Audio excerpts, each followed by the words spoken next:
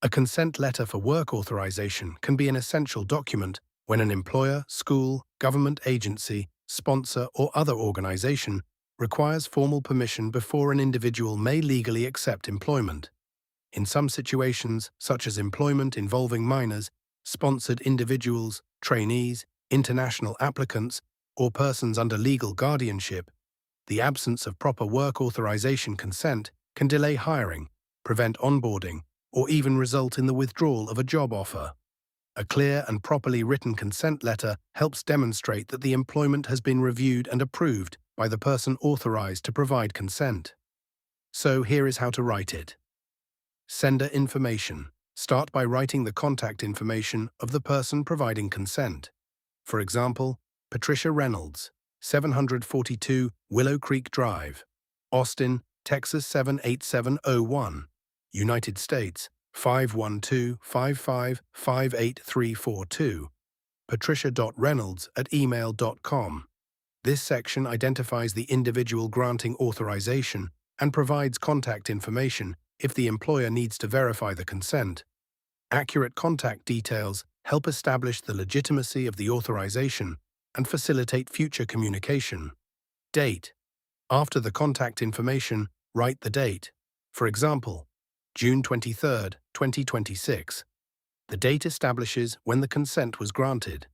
Employers often use the date to determine whether the authorization is current and valid at the time employment begins.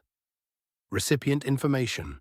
Next, write the details of the person or organization receiving the letter.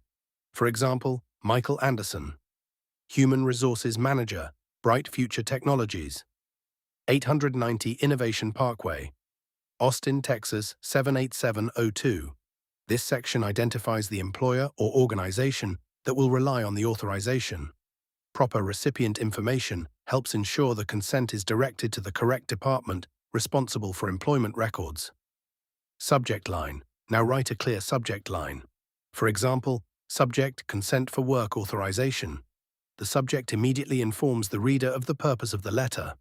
A specific subject line helps administrative staff quickly identify the nature of the authorization and process it efficiently. Salutation. Address the recipient professionally. For example, Dear Mr. Anderson, this creates a respectful and professional opening. Using the correct name and title helps establish credibility and professionalism from the beginning of the correspondence. Work authorization consent paragraph. Now begin the letter by granting authorization. For example, I, Patricia Reynolds, hereby provide my full consent and authorization for Emily Reynolds to engage in employment with Bright Future Technologies as a junior administrative assistant, effective July 15, 2026. This paragraph serves as the primary authorization statement. It should clearly identify the individual receiving permission, the employer, the position, and the intended start date to avoid any uncertainty regarding the authorization being granted. Authority to provide consent paragraph.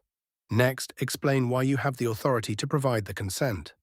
For example, I confirm that I am the legal guardian of the individual named above and have the authority to provide this consent where required. This paragraph establishes the legal basis for the authorization. Employers may need confirmation that the person signing the letter has the authority to approve the employment arrangement. Employment responsibilities paragraph. Now acknowledge the nature of the employment. For example, I understand that the employment may involve duties and responsibilities associated with the position, including compliance with workplace policies, procedures, schedules, safety requirements, and applicable laws and regulations. This paragraph demonstrates awareness of the responsibilities connected to the employment. It helps show that the authorization is being granted with a full understanding of the work environment and expectations. No objection paragraph. Next, clearly state that you do not object to the employment. For example, I have no objection to Emily Reynolds accepting and performing the duties of this employment position.